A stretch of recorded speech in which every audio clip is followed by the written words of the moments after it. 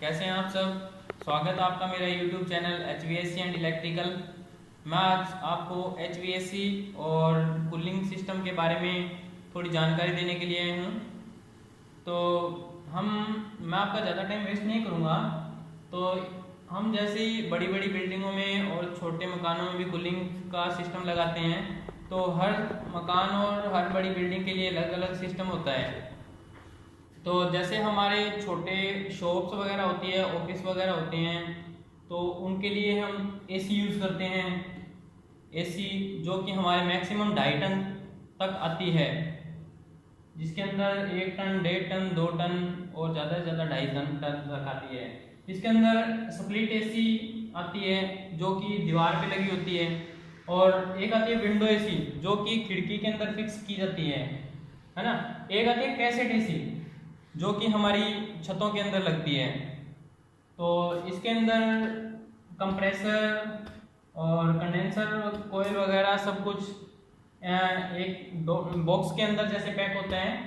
तो वह ये छोटी एसियों के लिए, छोटे मकानों के लिए यूज़ की जाती है। इसके बाद में आती है HRV।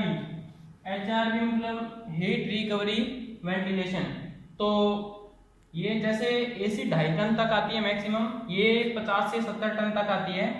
बट इसके लिए हमें एक आउटडोर की जरूरत होती है, और इसके आगे 6 से 7 इंडोर हम कनेक्ट कर सकते हैं। और इसके बाद में हमें डक्टिंग की जरूरत पड़ती है। इसके लिए इसे हम डक्टिंग के साथ में जोड़ते हैं एक दूसरे से। तो ये 50, 60, 70 टन तक मैक्सिमम आती है, इससे ज़्यादा नहीं आती है। तो जैसे 2-3 मंजिल तक की बिल्डिंग होती है, उनके लिए हम ये लगा सकते हैं। बट जैसे 7, 8, 10 मंजिल तक होती है, 15 मंजिल तक, उसके लिए हमें कूलिंग के लिए ये चीज़ अवेलेबल होती है, बट ये ज़्यादा कॉस्टली पड़ती है। इसका मेंटेनेंस खर्चा भी बहुत होता है। अगर हम एसी लगाएं तो भी बहुत ज़्यादा कॉस्टली पड़ेगा, क्योंकि उसका मेंटेनेंस खर्चा बहुत ज़्यादा होगा। तो ऐसी बड़ी बिल्डिंगों के लिए हम चिलर का यूज़ करते हैं। जैसे 10 मंजिल, 15 मंजिल, उनके लिए हम चिलर का यूज़ करते हैं।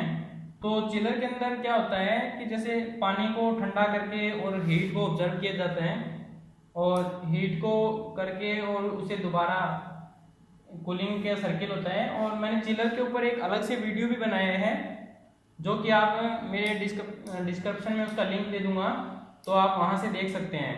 तो चिलर के अंदर भी आगे पानी को ले जाने के लिए, और आगे इसके AHU और FCU लगे होते हैं जो रूमों के अंदर होते हैं। तो जैसे जैसे हमें यूज़ होता है, हम वैसे वैसे AHU लगा लेते हैं 40 टन, 50 टन का। तो जो चिलर है ये मैक्सिमम 500, 700 टन तक आते हैं। तो मैं आपको FCU और AHU की जो वर्किंग है वो दिखाऊंगा। तो ये मैंने यहाँ पे एक AHU की वर्किंग है जो दिखाई हुई है।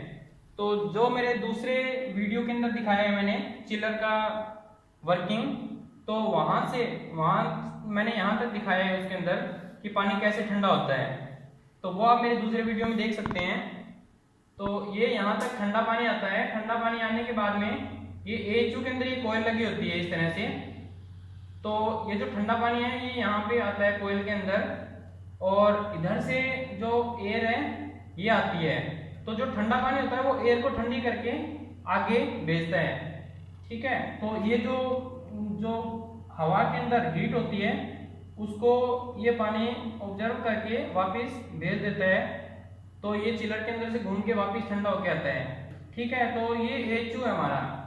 AHU यहाँ से जैसे ही एयर निकलेगी, ये यहाँ पे ब्लोअर लगा होता है इसके अंदर, ये ब्लोअर एयर को खींचेगा और आगे रूम के अंदर डालेगा, जो कि रूम कूलिंग करेगा। तो ये हमारे यहाँ पे रिटर्न लगी होती है रूम की छत के अंदर। तो यहाँ से यही एयर वापस खींच के इस तरह से सर्किल बनता है और यहाँ से वापस जाती है। तो ये जैसे चलेगा तो इसके अंदर ऑक्सीजन की मात्रा कम हो जाएगी। इस ऑक्सीजन की मात्रा को पूरा करने के लिए यहाँ पे हम एक फ्रेश एयर देते हैं जो कि 25% होती है। इसके अंदर यहाँ से फ्रेश एयर मिलके और ये फिर से आगे जाती है, तो इसके अंदर ऑक्सीजन पूरा हो जाएगा, जिससे कि स्मोकेशन वगैरह नहीं होगा ना।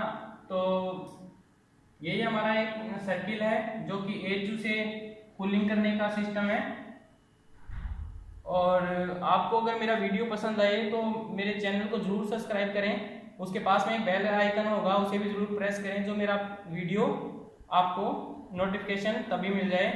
अगर वीडियो आपको अच्छा लगे तो लाइक जरूर करें, सब्सक्राइब करें और कमेंट भी करें, जो मैं आपको आगे वीडियो बना के दे सकूँ। Thank you.